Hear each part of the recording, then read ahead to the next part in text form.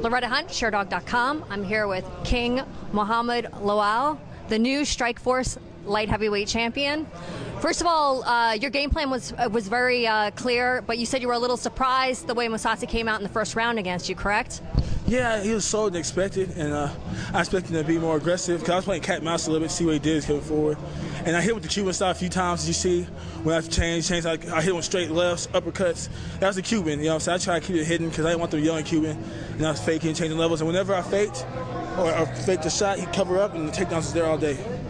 In the second round, I'd say like the last minute and a half, it was a little dicey for you. You looked like you were getting a little tired. What was going through your head at that moment? It was slippery, and I just got lazy because I was taking it for granted a little bit. And I was like, oh, I can rest here, and he'd squirm out.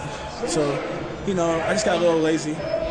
From the third round down, it looked like you were cruising all the way through. Were you surprised at how he was not giving you any offense? Yeah, I don't know, actually, because if you watch his fights, he never gone past 3 rounds. As a wrestler, I've been trained to grind, and that's what I did to grind him down because I knew, he has no conditioning. People think that just because I'm new in the game, I'm seasoned. You know what I'm saying? Even though I'm new in the game, I'm seasoned as a competitor. And I knew he'd fade because I watched his films. Last of all, for all the people that said you weren't going to win this, you were a big underdog tonight. What do you say to them now? Yo, you know what I'm saying? That's what all of them. You know what I'm saying? I don't give a them. I'm gonna stay true to people that are loyal to me. Everybody's doubted me my whole life. Y'all can edit that. I'm sorry, but that's how I feel in my heart.